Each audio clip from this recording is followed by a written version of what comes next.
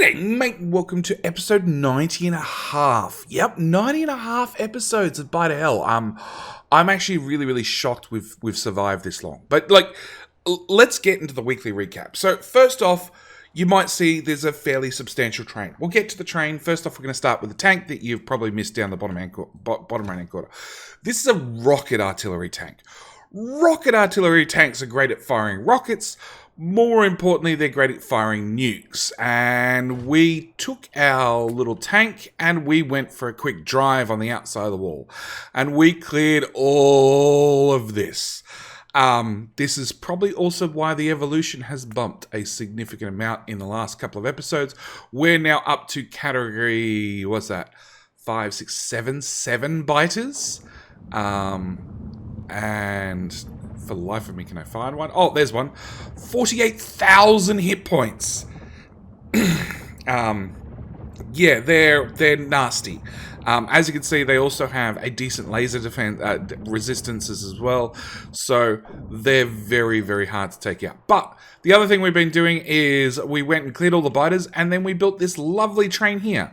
This lovely train that actually sucked the base dry. There's lots of problems that I found out between last episode and this episode with the building of this train. So this train has all sorts of different trainy parts on it, along with wall building parts, defensive parts. So we're using the old concrete walls because I've got lots of them pre-built. Train tracks, robots, all the basics I need to build basically any of the walls I've had previously. On top of that, the trains actually have an equipment grid. So as you can see, this one has a fair bit of shields with a little bit of lasers.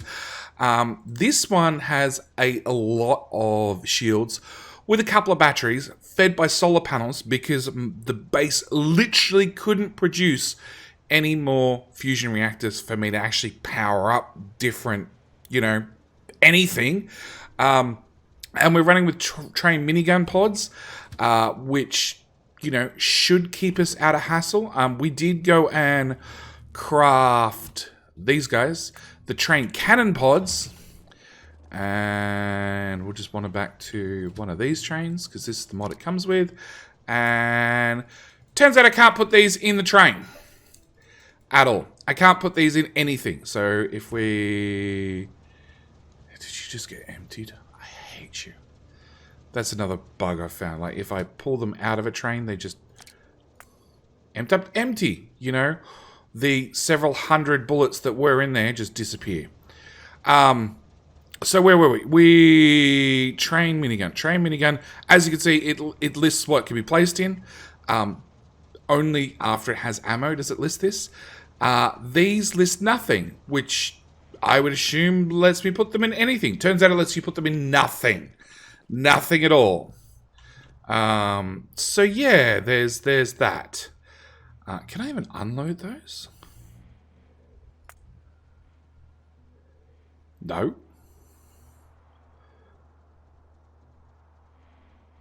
Cool. So the thousands and thousands of shells I've put in those are officially useless.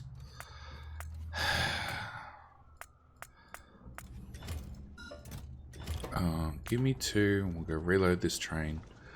That there cost me 800 rounds for demonstration purposes. Anyway, on top of that, the actual wagons themselves also have a grid, and we've put in lasers because pretty much the only thing we can put in them, along with a bunch of railway ports, hoping that we can actually use the trains to build the walls, and it was semi-successful at best. It really honestly didn't work too well. But yeah, this single train has both sucked up all our low density structures in making different equipment parts. On top of that, it just sucked up things that I didn't even think about, like pickup tower Mark IVs. Turns out there's none left in the network at all. We are slowly making new ones, but it's led us to a few problems like this. The goop's just piling up because these towers got replaced. I replaced them and ghosted down the nice pretty ones, and there's just none built to do anything with. So yeah, that side of the map's covered in goop. So yeah, we built a lovely train. Lovely train does do lovely things and does definitely. If I trash those, will they go north, please? And the same goes here. No! Trash them. Go away. So yeah, we built that. On top of that, we've started using our... Where are they? There's none in the box. That's probably a good thing. Our Productivity 6 modules. We also upgraded our Prod 3. We doubled the length of our Prod 3 build, which now means we can support like 3 of these guys and maybe one of these guys and half of one of these guys. But when we upgraded that, it managed to fix our blue circuit problem because we're just making that many more blue circuits. It also fixed our green circuit problem up here, although you're entirely dead. Because you're facing the wrong way. Of course you're facing the wrong way. This is the problem with indiscriminately using Upgrade Planner. Yep, I'll just sit here with this in my hand and wait for it to finish being deconstructed, and then we'll replace it. There we go. Put the concrete underneath, because that's critically important. Yep, so these guys got an upgrade. It's fixed our green circuit problem. It hasn't fixed our Productivity 1 module problem. I've basically got this build and this build both spitting out Prod 1s, and not so much Speed 1s, because the Speed 1 build down here, we actually capped. We capped it at 50 and it stopped. I'm probably going to end up re-enabling it fairly soon. But yeah, we're requesting 1.6K productivity modules and the Logibots can't keep up. It looks like that needs maybe a belt. We'll see. It did get a nice dose of speed modules to try and get it to keep up. This side didn't. Maybe it needs a dose of speed modules as well. We'll see. What else has happened? That's been pretty much it. This week's been all about combat. Look, I really, really suggest if you like combat, or even if you don't like combat, you just like hearing me scream like a girl, go back and watch the full week's worth, because there was a lot of combat moments where she started the week with sacrificing myself and about 8 tanks to the biter masses to work out which tank was the best, because we have a light tank, a medium tank, a heavy tank, a super heavy tank, a flame tank, the rocket artillery tank, the light particle tank, the medium particle tank, the heavy particle tank, the super heavy particle tank, and the mega particle beam tank. So we had to build each one of those and sacrifice them out to the biters to see which one actually was the best. Along with build all their unique ammo, and every one of them has some different ammo that it uses. But yeah, that's been pretty much it for this week. It's been a really quiet week as far as base progress has gone. We did manage to block this whole system because there's not enough iron. Because this little bit that it's working is not working enough. You know what? I have an easy solution to this.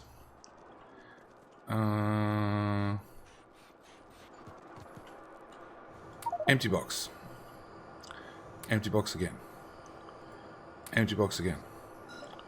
There you go. Easy solutions. Easy solutions to simple problems. So yeah, we've basically been out killing a lot of biters, which means next week, we need to work out how to kill the rest of this efficiently. We are currently doing this lovely research here, the Smart Artillery Bombardment Remote, which should let us systematically and efficiently kill off all the biters. We do want to keep this as a zoo. I'm really planning to farm this somehow. I'm not sure how. And at the same time, then we're going to have a whole bunch of outposting. We're going to have to move the walls way out. Well, we've already done the top one. But yeah, move the rest of the walls way, way, way out. I'm pretty lazy, and I'm probably just going to make the whole lot one giant robot network. Because the robots should be fairly safe, unless they fly from that corner to that corner, at which point they're probably going to end up a little bit dead. But, you know, we'll take our chances. And that's going to have to go. Yep. On top of all that, look, this is meant to be bite to hell, okay? So there's a couple of options that I only found out about like 2 weeks ago, and one of them, here, we got the highest alien tier of 20. Sounds like a good number. Then we have a difficulty of, currently we're on normal. I think I'm going to double that.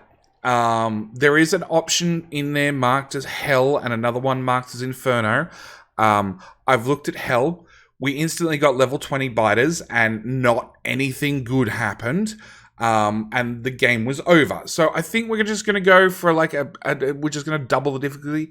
At the same time, irrespective of what I do, biters don't really come in packs. Not like they did to start with. In fact, look, we've built the wall so close that this flamethrower turret is ready to go nuts first chance he gets. Let's not have robots stand around. Okay. Undeconstruct, undeconstruct, undeconstruct. That's how I fix that. So yeah, we have this, and we also have a worm that's also ready to go nuts, like first chance they get. What I'm actually going to do is, I'm also going to install Rampart, I think. I'm hoping Rampart will take over the biter AI and improve it, because this is pretty... It's okay, don't get me wrong, but it's not really what you or I had in mind when I said biter hell. I was really expecting like twice the attack groups, something nasty. We've basically pushed vanilla as far as possible. You know, I've bricked the world so the pollution definitely spreads. I've also like quartered the amount of pollution a biter needs. You know, these consume, well, let's go for a behemoth. Behemoth consumes 200 pollution. Normally, it's 800 pollution.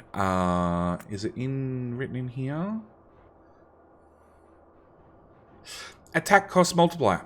We're at 0.25. They require 1/4 the amount of pollution to come attack. Same as absorption modifier. How much pollution absorbed by the trees and tiles? Half.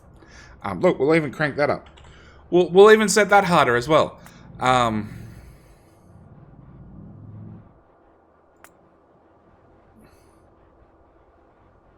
Which one?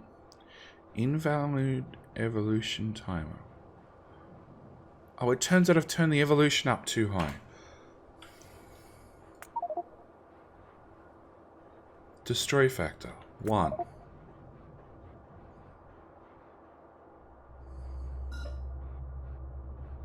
Invalid evolution pollution factor. Like, I've actually, with console commands, cranked all these settings too high for the game to even accept. But if we go to pollution, like, it's all being absorbed by biters. Like 25 tiles, some trees. Like, most of my pollution gets absorbed by biters. Not a lot of it ends up going into tiles. Just because I've basically concreted the world. So yeah, look, I think we're going to install Rampart. I'm thinking we're going to install Rampart. We're going to see what that does to the rest of our mod configurations, see what blows up.